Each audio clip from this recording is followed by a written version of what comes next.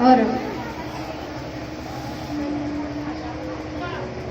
अब क्या हुआ कि सुदामा जो थे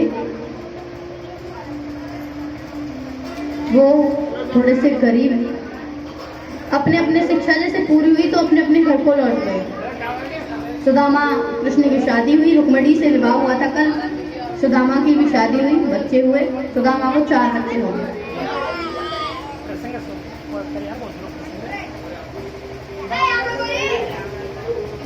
अब सुदामा को 4 बच्चे हो गए।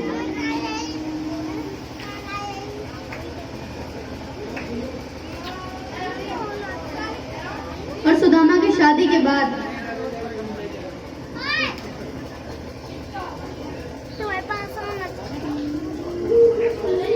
सुदामा इतने गरीब थे कि उनकी शादी हुई थी ना, तब वो ठीक थे, पैसे धन संपत्ति सब ठीक थी।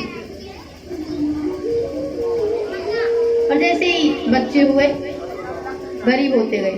अब तो दिन प्रतिदिन गरीब होते गए। अब इतना भी धन नहीं रहा कि कल के खाने के लिए कुछ मिल जाएगा, अन्न का एक दाना नहीं घर में। सुशीला जी, सुदामा की धर्मपत्नी, बाहर से कुछ मांग करके लेके आती, थोड़ा बहुत ही मिल पाता था। भाई 4-5 बच्चे हैं, 2 अब 7 लोगों के लिए खाना कौन देगा, भिक्षा में कोई नहीं। ब्राह्मणी भी तो कोई मना भी नहीं करता था, थोड़े से चावल, थोड़े से, कभी कुछ कोई दे देता, कभी कोई कुछ दे देता, ला करके प्रसाद भोग लगा करके ठाकुर जी का बच्चों को ही दे देते। कई दिन हो जाते, कभी कभी 10-10 दिन हो जाते थे, पानी पी के ही रह रहे हैं बस। टाइम बीतता गया। एक दिन सुशीला भिक्षा मांगने के लिए जा रही थी। सब अब तो भाई देखो डेली कोई मांगेगा तो कोई नहीं देता। अब तो सुशीला मांगती थी, सब मना कर देती, भाई डेली बहन तेरे लिए कहाँ से लेकर के आए, रोज रोज हमारे यहाँ पैसे ही खुद नहीं कुछ, तुझे कहाँ से दे दें।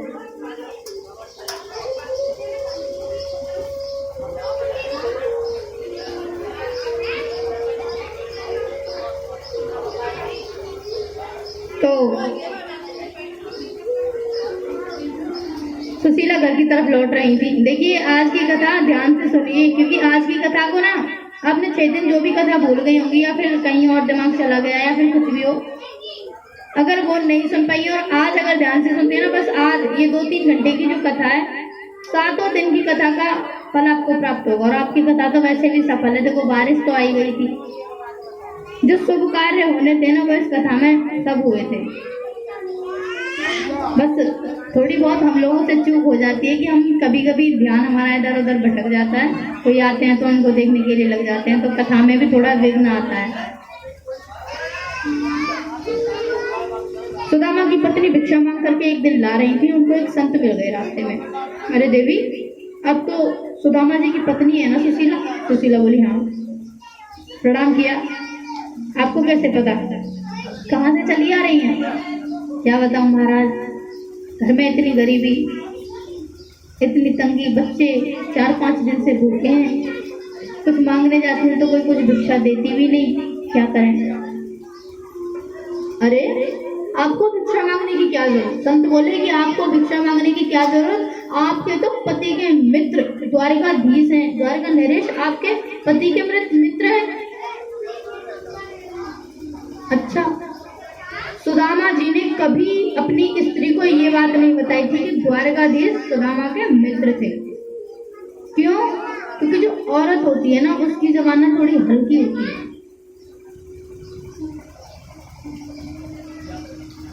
और लेडीजों को ना ये नहीं लगता कि कोई क्या सोचेगा। सुशीला जी का भी यही था।